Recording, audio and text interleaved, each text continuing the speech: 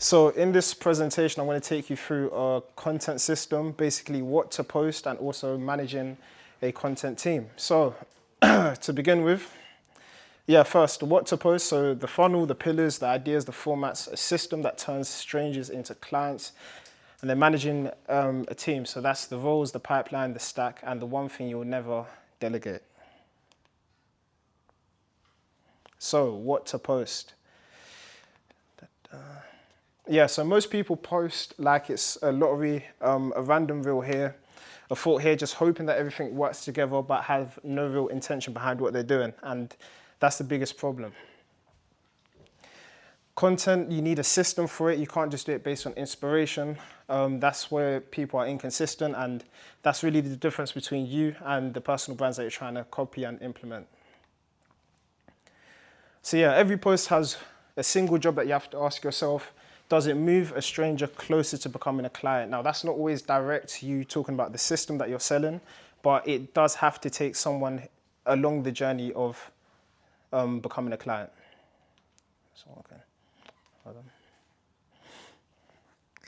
So I've broken it down into top of funnel, middle of funnel, and bottom of funnel. So top of funnel, this is more a perspective of how the customer actually thinks. Top of funnel, with that type of content, they don't care about you yet. Middle of funnel, they do care about you. And at bottom of funnel, they care about themselves and the results that they can get. So 3 stages, 3 jobs, and 1 journey. So as I said, top of funnel, they don't know you exist, so your job is to be found by people. So they're not ready to hear about your offer, necessarily your framework, or even your name. So it's not the place to sell, but it is a place to stop the skull of a stranger, and that's the entire win. So examples of top of funnel posts is mindsets, perspective, your personal journey. So you're looking at the world that the person that you're trying to sell to already lives in, their problems, their aspirations, different hot takes that you have, beliefs that make someone stop and think. You're not necessarily teaching, you're just looking to be seen. So at middle of funnel, they've already noticed you. Now it's just time to make them believe in the transformation that you've personally had for yourself. So you're speaking from the end of your transformation. You've already arrived, so you're talking from there. So there's value, and it's wrapped in the proof that you live in. Now, something that's not, I don't think it's in here, but I wanted to speak about. Something that is bottom of funnel or middle of funnel can actually appear top of funnel dependent on the context in which you display it. So an example of that could be, if you're breaking down a framework directly to the camera, that tends to be quite bottom of funnel, middle of funnel content. But if that's a conversation that you're having with somebody while in a coffee shop or maybe at a mastermind from a third POV, it can change where it sits in the funnel. And I think the job that you're trying to look to have is how can you make your content appear higher up the funnel, even though it's providing a lot of value. So as I said, it's the lesson that you learned the hard way, the client who got the result, and you tell it as a story. The belief you defend in a room full of people, your framework, arriving at the moment, not a whiteboard. Now, a perfect example of what I think somebody who does this really well is Alex Hormozi. So he posts videos where he's answering at a mastermind like this, how can I increase my business's revenue, X, Y, Z? And he tends to use anecdotes to tell that story. Now, if he just made that video in a clear room, directly looking at the camera, you're not trying to watch that on Instagram, but he understands that context makes a big difference of whether you're ready to hear something. So you should utilize that in your content. So don't explain the destination, just describe the view. He speaks from the perspective of someone that sold a company, and with whatever you're doing in your journey, you don't necessarily want to talk about what it looks like from the end, but you want to describe what the view looks like. So that's the difference between giving directions to somebody and someone that's already standing there. And the shift is what makes them believe in you specifically over everyone else. So at bottom of funnel, they're already convinced, and now you're showing them how. So the only doubt that they have left is, okay, this sounds great, but there's a difference between can that actually work for me? So you're giving them the systems, the frameworks, and the actual work. Now, going back to what I said, I don't think it's here with context.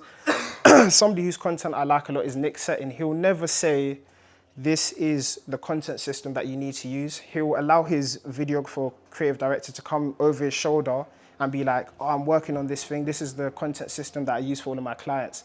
Now, that difference between him sitting down and saying that and his cameraman saying that allows you to interact with that kind of content on Instagram, and is very digestible. So in every single opportunity, you want to focus on the context in which you're trying to deliver your message. And I'm going to get into formats next. So yeah, just finishing off with bottom of funnel. It's a framework broken down, a case study, a result, a transformation, the receipts. It's who it's for and who it isn't for, and how to work with you. So yeah, as I was kind of describing this whole time, it's not the words that can change, but the frame does. So the same idea can live at any stage. The context decides where it lands. A framework direct to the camera can be top of funnel, but told as a story at a mastermind, it's middle of funnel. And you never want to hand over value nakedly. I think one mistake we can make, we have so much value we want to say, but if you're trying to give it up front, sometimes you're not allowing people to listen.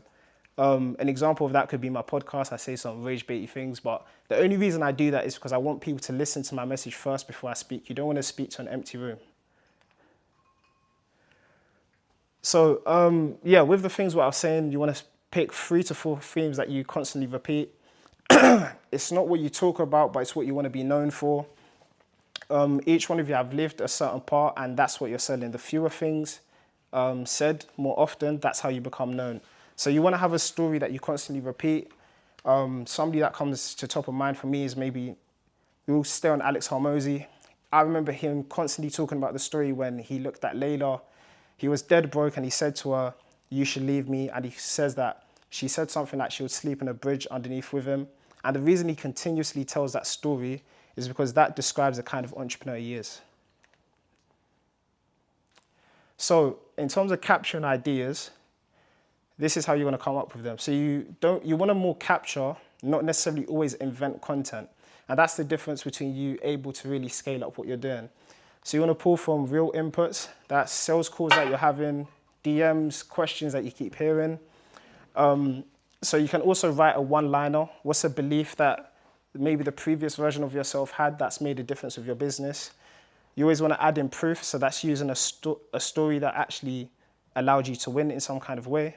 And as I always said, focus on the frame because it allows people to listen to your message. We'll skip that. Yeah, so these are some of the formats that you can use. You can use talking head, story-driven, caught in context, interview, B-roll, a demo. You want to keep testing different formats to see what works for yourself and use that to know what you should post more of.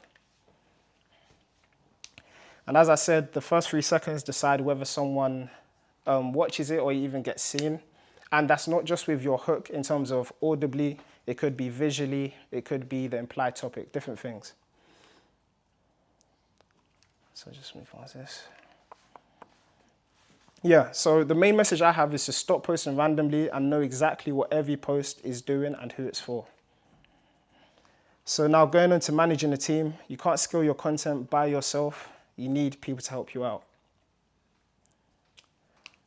That doesn't make any sense. I'm moving past that.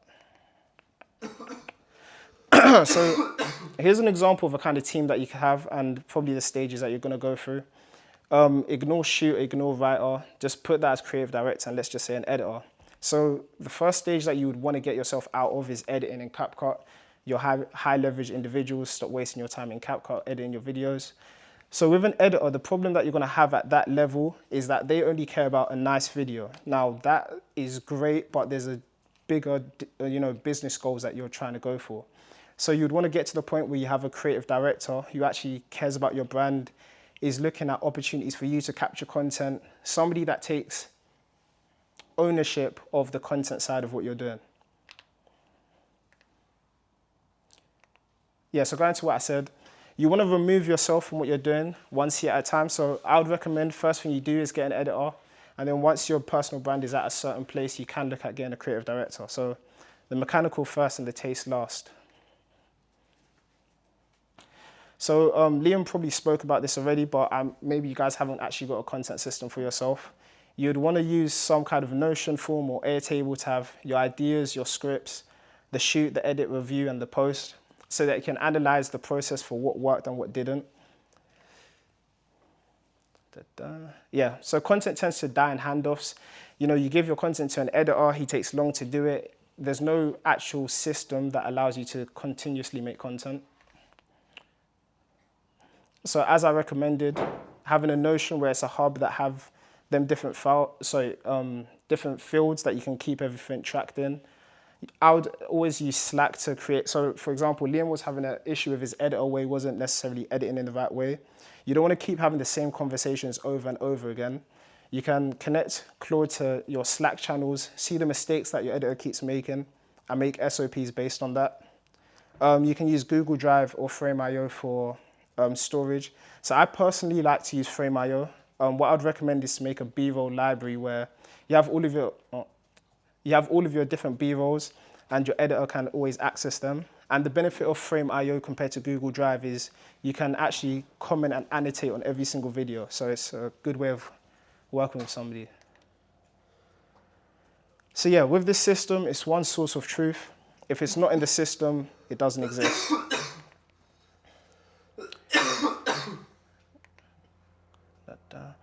And yeah, the main message I have is to just delegate the work and just keep guard on the judgment of who you're allowing to have control over the perception and the brand that you're building. So,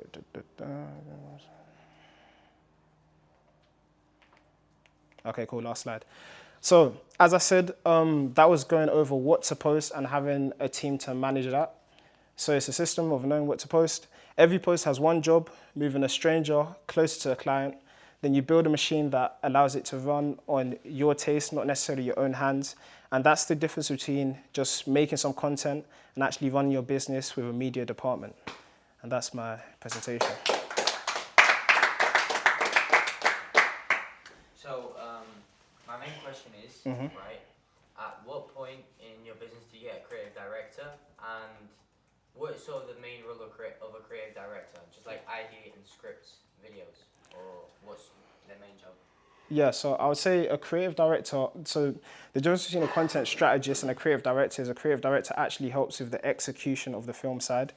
So at the point I would get a creative director is when having an editor, you'd want to move past just, so in your business, when you're at the point where you've got a sales team, you've got everything dialed in, the back end as well, and most of your time spent is just creating content so you can get a good lead flow.